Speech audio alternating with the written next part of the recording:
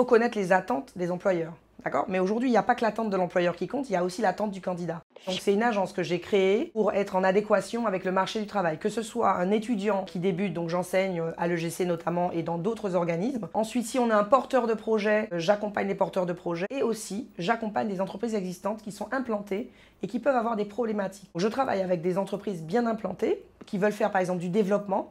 Aujourd'hui, j'ai une entreprise, j'ai une activité, est-ce que je dois me développer? Parce que des fois, en me développant, en me diversifiant, je peux ruiner l'avenir de mon entreprise parce que je n'ai pas choisi la bonne méthode de diversification. Je peux accompagner également des cadres pour la conduite du changement. On veut par exemple mettre une nouvelle organisation dans une entreprise, c'est pas tout de la mettre. Il faut accompagner cette nouvelle organisation et puis également je fais du recrutement. Le recrutement, c'est quelque chose qui est chronophage pour une entreprise. Bien cerner les attentes de l'entreprise et puis après sélectionner les bons candidats, c'est quelque chose que j'aime faire parce que c'est vrai que j'aime beaucoup l'humain. Le monde du recrutement a changé. On n'est plus dans une présentation académique de ses diplômes.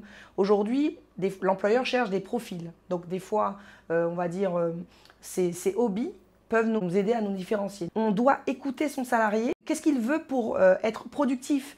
Son cadre de travail est important. Son cadre de travail, c'est-à-dire est-ce que, par exemple, dans l'entreprise, il y a une salle de jeu? Est-ce que son bureau, c'est une chaise ou un ballon?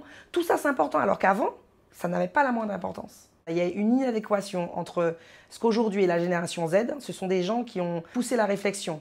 Ça veut dire aujourd'hui, je sais que je peux travailler 4 heures. Ce qui compte, ce n'est pas le temps de travail, c'est la productivité de ce que je fais. Malheureusement, si l'employeur ne s'adapte pas à la génération qui arrive, eh bien on se retrouve à ne pas pouvoir recruter. C'est compliqué de recruter un comptable. Pas parce qu'il n'y a pas de comptable, mais parce que peut-être qu'effectivement, la génération Z, ils ne s'imaginent pas faire 8h, 17h du lundi au vendredi.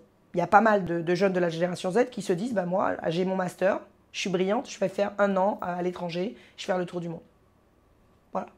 Est-ce que nous, ma génération, est-ce que moi, je serais allé faire ça? Non. Peut-être la génération X, mais là, la génération Z, hyper connectée, ça change énormément de choses. Vous allez vous renseigner sur l'entreprise qui vous intéresse et vous n'allez pas y aller si la qualité de vie au travail n'est pas bonne.